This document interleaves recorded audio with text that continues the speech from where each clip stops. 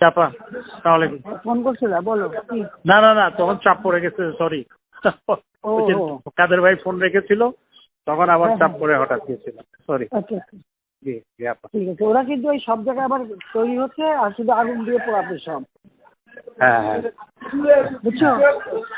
জি আপা, আপনি কাদের ভাইকে সব যেভাবে জায়গায় নির্দেশ করো। জি জি হ্যাঁ, না, সব আমাদের লোক থাকতে হবে, আর ওরা তো আগুন দিয়ে পোড়াবে, তো ওদের বাড়ি গাড়ি আছে, আর সেগুলো পাবলিক দিয়ে পোড়াবে, আর কি করবে? জি জি জি জি তাহলে অন্য কিছু করে লাভ নেই, তোরাও পোড়াবি আর আমরা পোড়াবো। জি রাইট, এটাই ঠিক টাইট। হুম। জি জি আপা। আমরা এখন ওই কাদের ভাই আছে, কাদের ভাই দিব জাস্ট একটা গায়েবানা জানাজা পরে আমরা চলে আসবো, যেহেতু প্রোগ্রাম দিয়ে দেওয়া হয়েছে, সেই জন্য জাস্ট একটা গায়েবানা জানাজা পরে আমরা 10 মিনিটের মধ্যেই চলে আসবো ওখান থেকে, যার যার গন্তব্যে মহল্লায় চলে না, যাবে, যার যার এলাকায়, যার যার এলাকায় চলে যাবে, রাইট। হ্যাঁ সেই বিভিন্ন এলাকায় লোক ঠিক করা এবং সেই করা, হ্যাঁ সব নেতার কমিটির ওভাবে ব্যবস্থা করা। জি।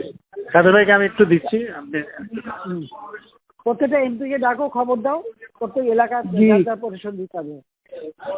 জি না, ওই যে তোমার সেতু ভবনে আবার আগুন লাগাচ্ছে, আমি একটা র্যাব পাঠাচ্ছি, আর আমি বলছি যে যেখান থেকে গ্যাদারিং আছে সব জায়গায় র্যাব দেবে। আর ওরা আগুন দিচ্ছে, ওদের বাড়িঘর আছে না, এখন আর বসে থাকার সময় নেই। আমাদেরও বাড়িঘরে আগুন দিচ্ছে, ওদেরও বাড়ি ঘরে আগুন পাবলিক দেবে। ওদের ব্যবসা প্রতিষ্ঠান কি কি আছে খুঁজে বার করবে। আজকে তাদের একটাই কাজ, সব জায়গায় বসে থাকবে আর খালি আগুন দেবে। কিছু আগুনের ব্যবস্থা আমাদের রাখা দরকার। ওদের পুলিশ কমিশনার সে কথাই বলবে। জি, তো আমাদের তো ঠেকাইতে হবে। হ্যাঁ, না, আমরা মাঠে না থাকলে পুলিশ ওরা পারবে না। আর এমনি র্যাব দিয়ে বলে দিচ্ছে হেলিকপ্টার দিয়ে ওখানে ই করবে।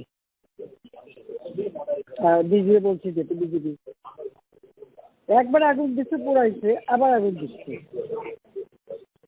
এগুলো কেউ চোখে রাখে না এই দেশে। আমার এই যে অবাক লাগে। না, ওই তো পদ্মা সেতু করছে, তো ওই জন্য সেতু ভবনের উপর এত। না, পদ্মা সেতু তোমার টোল প্লাজা পুরাই একটু একেবারে ছাই করে দিচ্ছে, মেট্রো রেল করছে, সব জায়গায় তো কোথায় না আগুন দিচ্ছে তারা। বিটিআরসি ভবন পোড়াইছে, বিটিভি ভবন পোড়াইছে। মানে বাংলাদেশটা যে উন্নতি করছে, এখন যা যা করছে সব ধ্বংস করছে। এটা বলো যে জনগণকে বলো যে আপনাদের জন্য যেটা করা হচ্ছে আজকে এরা সেইগুলি পড়ায় শেষ করে দিচ্ছে। আর আমাদের সাথে কথা হয় একরকম, তারা চলে যেয়ে করে আর একরকম। আলোচনা করে তো এর ভিতরে কোনো নেতাও নাই, কেউ নেই। এখন খালি আগুন যে এটা বলে ওইটাও বলতে হবে তোমার, যে আলোচনা তো ইসের মাধ্যমে সবসময় চলতেছিল। ওরা যারা আসে কথা যা দেয়, যাই আবার সেটা করতে পারে উল্টো করে। ঠিক আছে, আগে করেই তো কথা বলতেছে, বিজেপির সাথে সবসময় তো যোগাযোগও আছে, কথা বলছে, বললে কি হবে? ওরা তো এদের আসলে কোনো ইয়ে না, ওরা কথা থাকে না। এরা একটা কথা বলে পরে রাখতে পারে না, উনি যে আর একটা হয়ে যায়। এদের পরামর্শদাতা ফরাদ মাজার, তারপরে যে তোমার আসিফ নজরুল, শহীদুল আলম,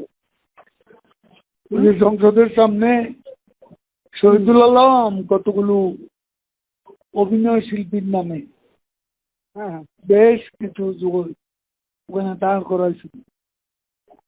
পরে আমাদের লোকজন প্রেশার দিয়ে ওই যে পুলিশ এদের হটাইয়া ওদিকে বের করে পান গেছে।